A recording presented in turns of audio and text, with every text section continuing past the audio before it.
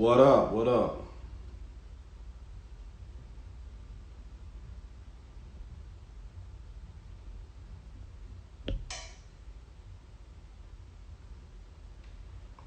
Welcome everyone. That's right. Won't bow down. We are the Pelicans. We are New Orleans. What's going on, y'all? Welcome to the Black Film Festival in New Orleans online edition. Okay, devoted media. Bam. That must be Jay. Deity Space. We're going to be talking about the film "Get Over It" with filmmaker. Whoa, we got a whole crew. Hold on.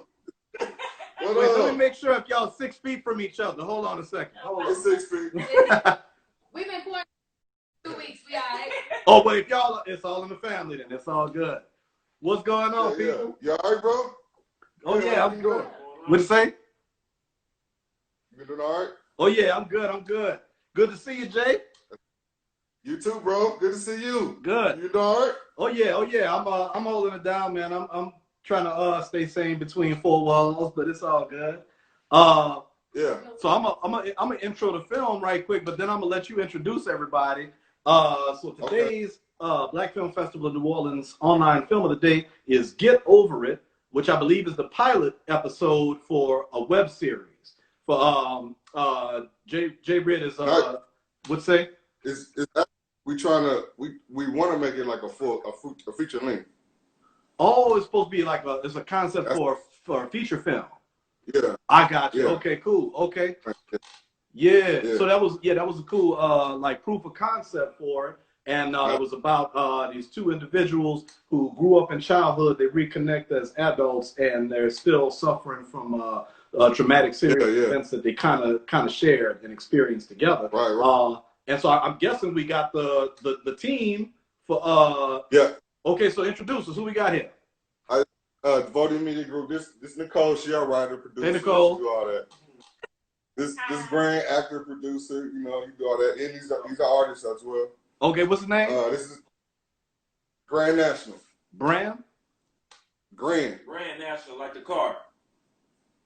Grand? Yes. Grand National. Okay. Yeah, Grand National. This is Ozzy. She's an actor, producer. She do all that too. She's cold. She want to go. Okay. Yeah, good. Okay, we can ask a bunch of people questions then. This is gonna work out. Yeah. Yeah. So let me get down to it then. Whose idea was Get Over It? Whose concept did it begin out of y'all? Yeah. Well, Jay wanted to do a horror movie. He wanted to do something really scary. So we were trying to do something scary, but then realized what scares Black people the most. Because sometimes Black people don't come across scary in scary movies. It kind of comes off as funny. So we wanted to do it like something that really scares us as a Black community, which is, like the thought of, for a mother, the thought of her son killing her. Like, that's scary. Or, a little boy having his mom lie to him. That's scary. So we tried to use stuff that's normal to us in our culture, but that's actually scary in real life. Mm-hmm. Yeah, I dig that.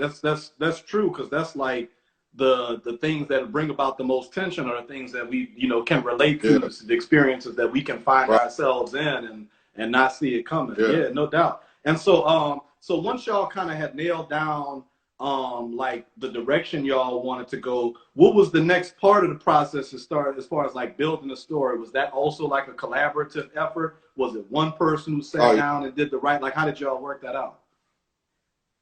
Well, we would dump all our ideas to Nicole. She's our writer. So we'll just give her a whole bunch of ideas. She'll go away for like a month or so. Then she'll email it. Don't tell her she emailed it, but she'll just email it to us. Then they'll go to script. Then we talk about it from there. So yeah, pretty much. That's a good little little system. Was it also like the same for like each person? I see you, Prosper. We're gonna get to Prosper Jones. He's gonna do us a little rapping in a few. So just hang tight for me, Prosper. I'm gonna send you a request in a little bit. So was it one of those things where like everybody was like playing their role, or was it a thing where like where she did the writing but then maybe y'all collaborated on like the filmmaking, like, okay, you hold the camera, you do that. Like, what how was it, or was it, you know, each individual doing their thing? I mean, each individual doing their thing always, because it's pretty much like it's our production crew. That's what, pretty much. Like, so we just have to do a lot of Nicole's our writer. She handles the boom mic most of the time. So so yeah, we just You gotta hold the light. You Right. gotta hold the light. You ain't saying it's not your turn. You hold the light. That's your job. right. Writer / audio / gaffer. Damn, that's look. Yeah, You don't see too many people have that little trifecta. And publicist, yeah. Yeah, that's dope. Okay, and so is this the first exhibition of the film? Like, have y'all done it, shown it anywhere, or put it in festivals with y'all? We put it in the Dead Center Film Festival, which is a film festival here in Oklahoma City. That's the first. That's the only one we entered in. We won't know till June if we made it. I don't even know what's going on with that now, really. But yeah, yours is the first. You first people to see it. Yeah. Yeah. I sent it to you. I didn't know what you was doing. Like, heck yeah, that'd be dope. You showed me love in 2018. I got to. Oh, no doubt. That'd be dope. Yeah, I appreciate that. Yeah, if so, for the audience watching, Jay did a brilliant documentary about a man named Thomas Johnson. He has ALS, which I know a lot of New Orleanians understand ALS because one of our Saints heroes, Steve Gleason, suffers from it as well. So, you know, or at least we have a little bit more familiarity with it. But it was a brilliant documentary because it really like took us through several stages of like this man's you know, like from a point where he was a very healthy individual, as healthy as anybody else. He was out there playing semi-professional ball, you know, and just like being, you know what I'm saying, being like a regular human being, and all of a sudden things just start like failing, and you can almost like follow along real time with it. It was incredible. You know what I mean? And also like to have met Thomas too was incredible, you know, to just like see the individual and to like, you know, see like what a great human being he was. Hear people speak him up about just all of his talents, his attributes, and then to still be able to see his resiliency even, you know, even now, like, cause he's, you know, he's still with us, still, you know, doing his thing. So Hanging in there too, yeah. I'm gonna ask you this. Whatever became of the documentary? Are y'all finished with the cycle of festivals? What you got with that? Yeah, we pretty much are, and they don't really want to show it no more because it's kind of vulnerable for them. So it's like they don't really want to show it. So I got you. I'm gonna hold on to it for a while, probably. Yeah, I want to release it. We talked about releasing it actually, like during all this, but I thought about it, like they don't want people to see right now, like the, you know. Yeah, no, I dig that. I dig that. Look, it was because it was very you know, very intimate and very like, you know, it really got to the root of the subject, which ideally that's what a documentary is supposed to do, like, you know, bring a very clear focus to the subject. So it was incredible. Let me bring it back to Get Over It.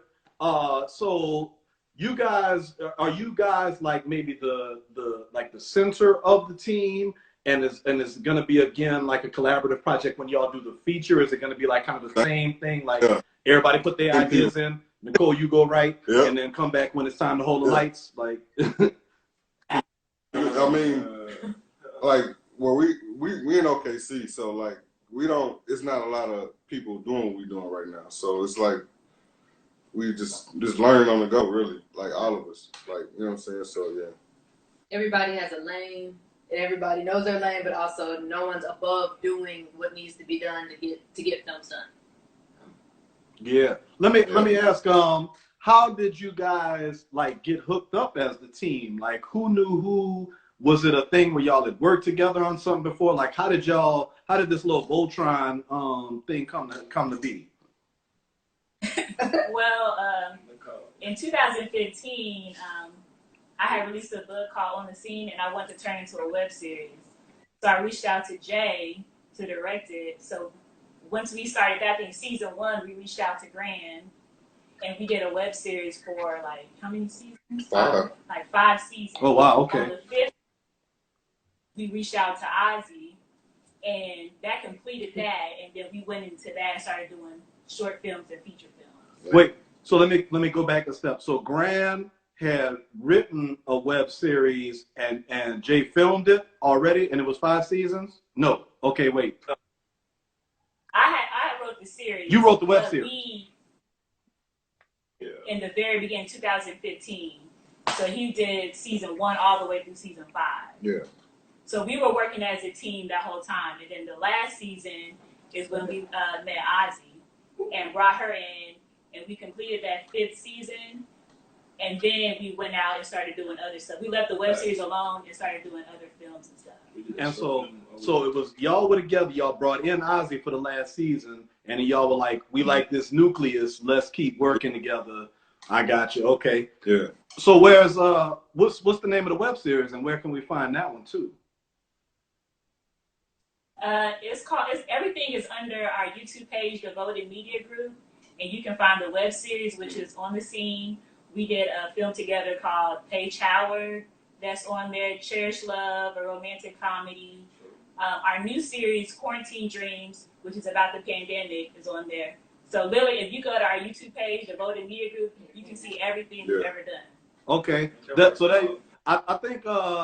I think Jay sent me the link, or maybe you posted it online or something. I saw the link. Paris too. Yeah. I sent you Paris too, but I'm glad you did this. That's the one we wanted to show, really. Okay. Yeah.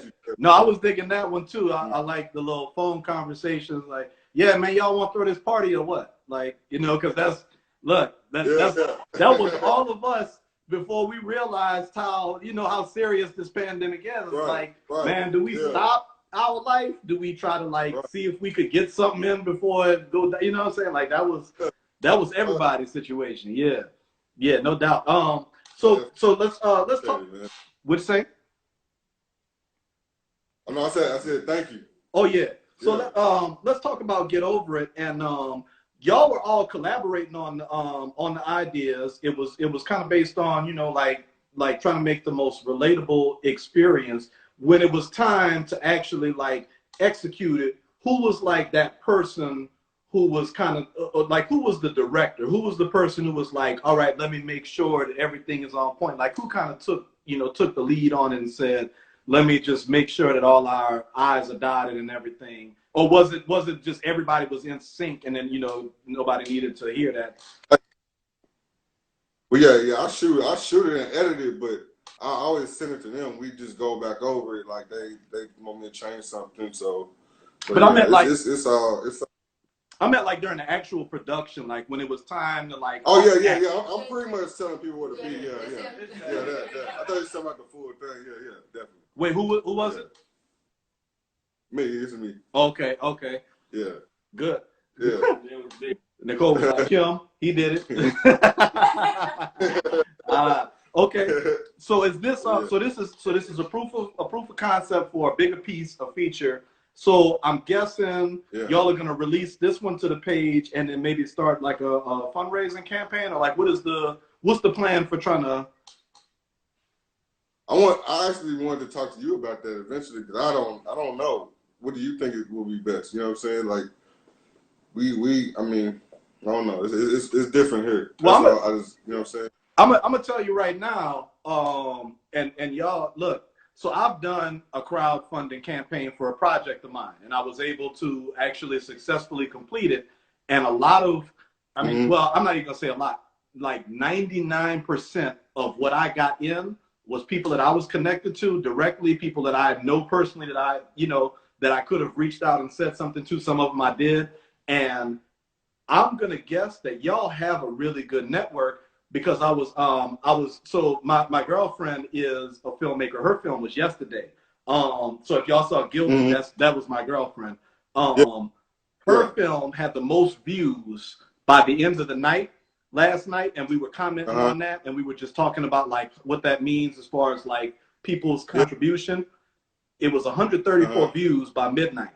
Y'all were at 90 at 4 o'clock, and that's not coming just from my promotion. It's not even mostly my promotion. That means that y'all have people who are cheering for y'all, people who are tuned into y'all, people who want to see what y'all have.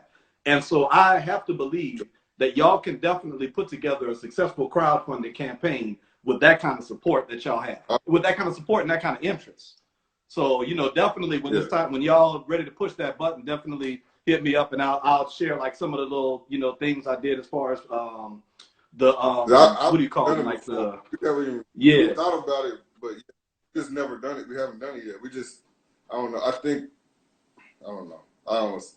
I don't know if like, I don't think we can get, I don't want to be pessimistic, but if I feel like right now it's not, Grant, go ahead. No, I know what you about because of the pandemic, everybody trying to hold on to their coins. I feel you on that, yeah. But you know, like down the line, like we go as a society, as humanity, we gonna overcome, and then people will bounce back, and then you know when the time is right, yeah, definitely pull the trigger on that. So this what I'm gonna do. I think we about to the 7:18 time. I'm gonna bring in my performer for the night. But you guys hang around because we're going to ask some audience questions. So audience, if y'all have some questions about Get Over It or anything about these filmmakers, their art, whatever, please go ahead and add it in the comments. And I'm going to come back to y'all in about 5-10 after my boy Prosper come on. That's cool? All right, okay, so y'all keep it close. I'm going to get right back to y'all. All right. All right, let me see where Prosper is. Okay, he's not on here. He was on here. Hold up, this might pause for a second. I saw him. I lost y'all for a second now. I'm gonna get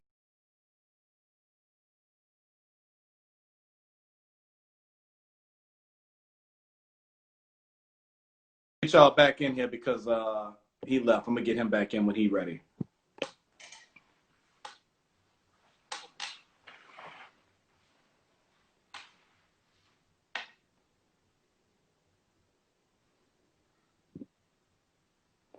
Yeah, I see it. Am I still breaking up?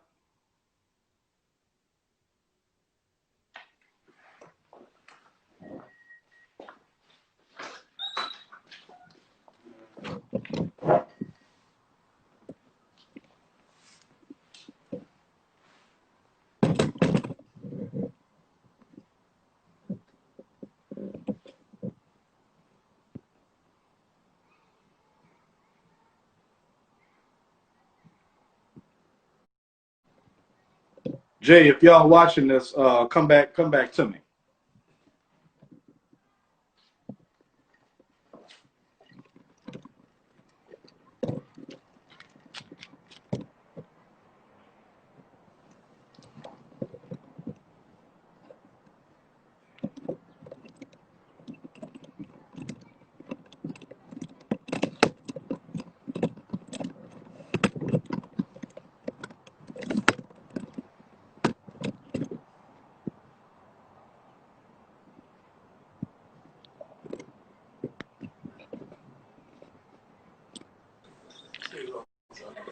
Hey, you went outside. I don't know where he went, so we're gonna stick with y'all for a while. Because I don't know where my performer went. I saw him in here. Yeah. Yeah. Okay. So let me let's get back into to Get Over It. So the cast is my two actors right here, right? Yeah. Okay. And they had worked together on that web series before. The question is the question I have from the audience. Grant and Ozzy have a good chemistry. How did they prepare for their role? Was it just like working together? Was it some off-screen prep time? Like what made y'all like have that chemistry? Hey, Grant and Ozzy can answer. Well, we've known each other for a very long time. Oklahoma's not very big, so we've known each other since we've been probably about, I don't know, I want to say 15, 16. About 15. Oh wow. We've been friends for a very long time, and it wasn't hard to do. I mean, he's great when he needs to get into character. So we did have some off-camera kind of things that we did, but we've known also I think that's what made it the most easy because we've known each other for forever. Yeah, man. It's cool to work with people you already like and fuck with. So you know, man, it ain't nothing. It ain't bada boom, bada bang. You know. Yeah. That's true. And then what was it like, Nicole, to write for these individuals? Did you like kind of write knowing the people that you were already dealing with from having worked for them, or did you just like kind of write based on the ideas and it's like, okay, these actors they're gonna do what they're gonna do, so I can make my story, you know, out of these parts however I want to make it? I'll say a little bit of both. On one hand, you know, the story is important and just want to get the message across. But because I've worked with them before, I kind of know what their acting voice is. Like Graham, no matter what I write, he's gonna make it his own anyway. There's gonna be words in there. So I just write it in a grand way because I already know how he's gonna like deliver it. So it's easy once you know who's gonna do the part to try to write it to show that actor in their best light and where they're most comfortable. Yeah, no doubt. And I think that I think that one of the things a lot of filmmakers have said during these interviews is the importance of team, like the value of like working with people that you know well, that you trust, that you have that good rapport with on and off the camera, depending on like what your thing is. And so that's beautiful that you guys like have that team already set. So speaking to that, I know y'all have the feature piece in mind for this. Have y'all already started thinking about like beyond that, like to next projects, even beyond the one y'all have in the queue? And if so, what do y'all have? What are y'all thinking about? We got a lot of shit cooked up.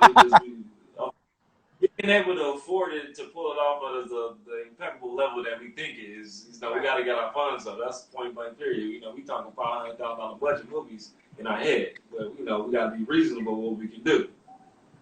Yeah, we had ideas like people don't know Oklahoma has like historically the most black towns like ever. Right. We want to do stuff and people see us and it's like, oh, y'all from Oklahoma, so it's weird. So we just want to show that too. We try to, there's different movies about that. So yeah. For me I'm gonna piggyback off because I feel like it's something that I always have to say.